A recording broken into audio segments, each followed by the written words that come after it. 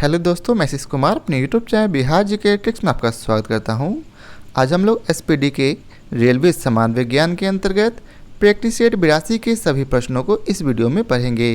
तो यदि आप लोगों ने अब तक हमारा channel Bihar GK tricks subscribe नहीं किया है तो इसे सब्सक्राइब कर लें, साथ ही बेल आइकन को जरूर दबाएं। तो आइए वीडियो को स्टार्ट करते हैं। आज का पहला प्रश्न है, मस्तिष्क ज्वर अर्थात दिमागी बुखार किस जीव के कारण होता है? तो याद रखेंगे, जीवाणु के कारण। मस्तिष्क ज्वर जो है वह जीवाणु के कारण होता है। अगला प्रश्न है, वन जीन वन एंजाइम का विचार किसने दिया था? तो इसका उत्तर है वीडल एवं टेटम ने। वीडल एवं टेटम ने वन जीन वन एंजाइम का विचार दिया था। अगला प्रश्न है, घेंगा अर्थात ग्वाइटर किस ग्रंथि के बढ़ने के कारण होता है? तो इसका उत्तर है थायराइड ग्रंथि के बढ़ने के कारण। अगला प्रश्न है, जिस पौधों में फूल या बीज नहीं बनते उसे क्या कहते हैं? तो इसका उत्तर है क्रिप्टोगेम्स। क्रिप्टोगेम्स किसे कहते हैं? तो वैसे पौधे जिनमें फूल या बीज नहीं बनते उसे हम लोग क्रिप्टोगेम्स कहते हैं। अगला प्रश्न है, हेपेरिन का निर्माण किसके द्वारा होता है? तो इसका उत्तर है रक्त कोशिका के द्वारा। हेपेरिन का निर्माण रक्त कोशिका के द्वारा होता है।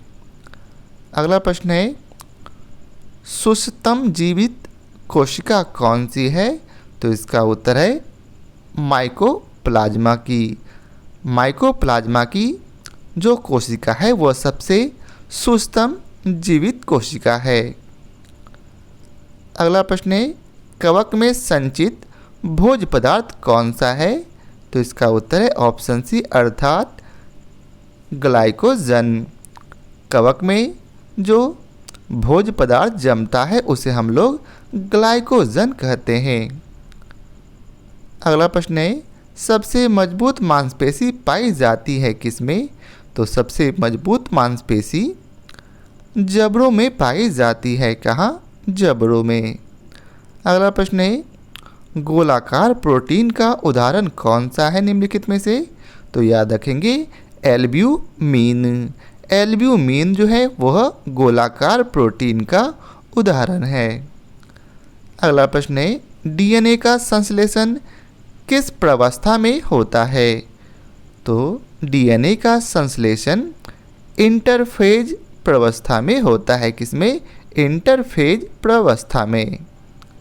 अगला प्रश्न है, एंजाइम की सर्वाधिक संख्या पाई जाती है किसमें? तो इसका उत्तर है सर्वाहारी में। एंजाइम की सबसे ज़्यादा संख्या सर्वाहारी अर्थात जो शाकाहारी और मांसाहारी दोनों खाते हैं उसे हम लोग सर्वाहारी कहते हैं और इसी में सबसे ज़्यादा एंजाइम पाए जाते हैं। अगला प्रश्न है, बुढ़ापे के अध्ययन को क्या कहते हैं? तो याद रखेंगे बुढ़ापे के अध्ययन को जेरेंटोलॉजी कहते हैं। क्या कहते हैं? जेरेंटोलॉजी। अगला प्रश्न है, यकृत अर्थात लीवर के अध्ययन को क्या कहते हैं? तो इसका उत्तर है हेपेटोलॉजी। यकृत के अध्ययन को हेपेटोलॉजी कहते हैं। अगला प्रश्न है, मनुष्य के शरीर में सर्वाधिक अर्थात सबसे ज़्यादा पाया जाने वाला प्रोटीन कौन सा है? तो इसका उत्तर है कोलोजन। कोलोजन प्रोटीन जो है मनुष्य के शरीर में सर्वाधिक पाया जाने वाला प्रोटीन है। अब अगला प्रश्न है, लाइसिन होता है। तो लाइसिन जो है अमीनो अम्ल है। लाइसिन क्या है? एमिनो अम्ल। अगला प्रश्न है, लाइकेन में पाया जाने वाला शैवाल प्रायः होता है कैसा होता है अर्थात किस कलर का होता? तो याद रखेंगे लाइकेन में जो शैवाल पाया जाता है वह नीला हरा होता है। कैसा होता है? नीला हरा। अगला प्रश्न है, अधिकांश एंटीबायोटिक दवाई बनती है किससे बनती है? तो इसका उत्तर है बैक्टीरियों से। अधिकांश एंटीबायोटिक दवाइयाँ जो हैं वह बैक्टीरिया से बनती है। अगला प्रश्न है, यकृत अर्थात लीवर किस रूप में भोजन को संचित अर्थात स्टोरेज रखता है? तो इसका उत्तर है ग्लाइकोजन के रूप में। लीवर जो है वह भोजन को ग्लाइकोजन के रूप में स्टोर रखता है। अगला प्रश्न है केसीन प्रोटीन का सबसे अच्छा स्रोत क्या है? तो इसका उत्तर है दूध। केसीन प्रोटीन का सबसे अच्छा स्रोत दूध अर्थात मिल्क है। अगला प्रश्न है तंत्रिका तंत्र के अध्ययन को क्या कहते हैं? तो इसका उत्तर है न्यूरोलॉजी। न्यूरोलॉजी किसे कहते हैं? तो तंत्रिका तंत्र के अध्ययन को। अगला प्रश्न है कानों में कुल हड्डियों की संख्या कितनी है? तो इसका उत्तर है कान में कुल 6 हड्डियाँ होती है। कितनी? 6 हड्डियाँ। अगला प्रश्न है चेहरे में कुल हड्डियों की संख्या कितनी है? तो इसका उत्तर है 14। चेहरे में कुल 14 हड्डियाँ होती है। अगला प्रश्न है सिल्क प्राप्त की जाती है किससे? तो इसका उत्तर है सिल्क जो कोकून से प्राप्त की जाती है। किससे प्राप्त की जाती? कोकून से। अगला प्रश्न है जंतु जगत का सबसे बड़ा वर्ग कौन सा है? तो इसका उत्तर है अर्थोपोडा। अर्थोपोडा जो है जंतु जगत का सबसे बड़ा वर्ग है। अगला प्रश्न है पौधे का प्रजनन अंग कौन सा है? तो इसका उत्तर है पौधे का प्रजनन अंग फूल है। कौन? फूल अर्थात फ्लावर। अगला प्रश्न है किस रोग में रक्त का थक्का नहीं बनता? तो याद रखेंगे हीमोफीलिया रोग में रक्त का थक्का अर्थात ब्लड नहीं जमता है। अगला प्रश्न है शरीर में ऑक्सीजन की पूर्ति किसके माध्यम से होती है? तो इसका उत्तर है लाल रक्त कोशिकाओं के माध्यम से। शरीर में ऑक्सीजन की पूर्ति लाल रक्त कोशिकाओं के माध्यम से होती है। अगला प्रश्न है प्रजनन संबंधी सूचना एकत्र रहती है कहाँ एकत्र रहती? तो इसका उत्तर है डीएनए में। किसमें? डीएनए में प्रजनन संबंधी सूचना एकत्र अर्थात जमा रहती है। अगला प्रश्न है थार मरुस्थल में किस प्रकार की वनस्पति उगती है? तो इसका उत्तर है ऑप्शन बी जीरोफाइट्स।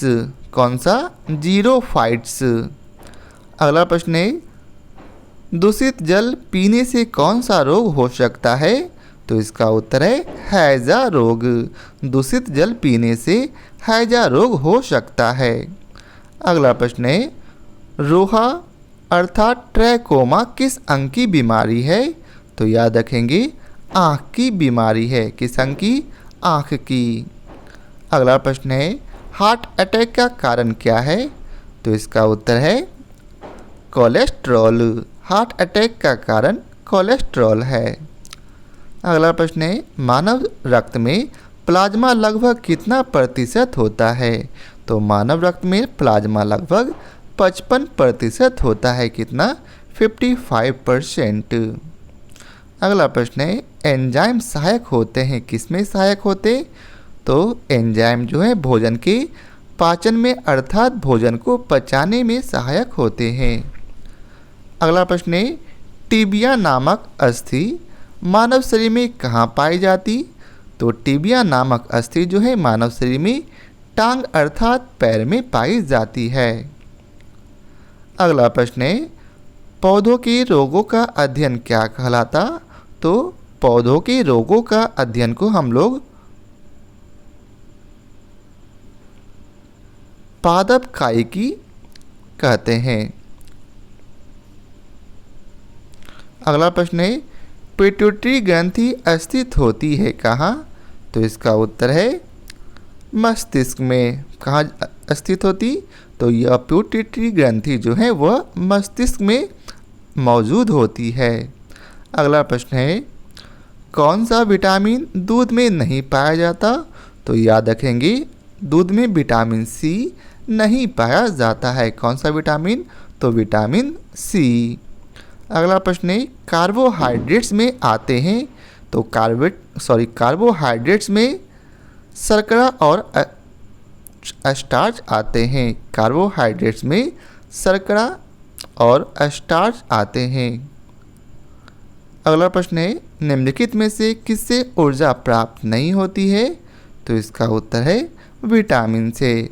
विटामिन से ऊर्जा प्राप्त नहीं होती है।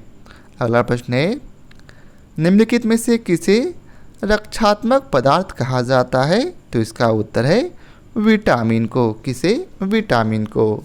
तो यह था आज के वीडियो का आखिरी प्रश्न। आशा करता हूँ आप लोगों को हमारी यह वीडियो पसंद आया हो। यदि आप लोगों को हमारी यह वीडियो पसंद आया हो तो इसे लाइक और शेयर ज़रूर करें। तो आज के लिए बहुत बहुत धन्यवाद।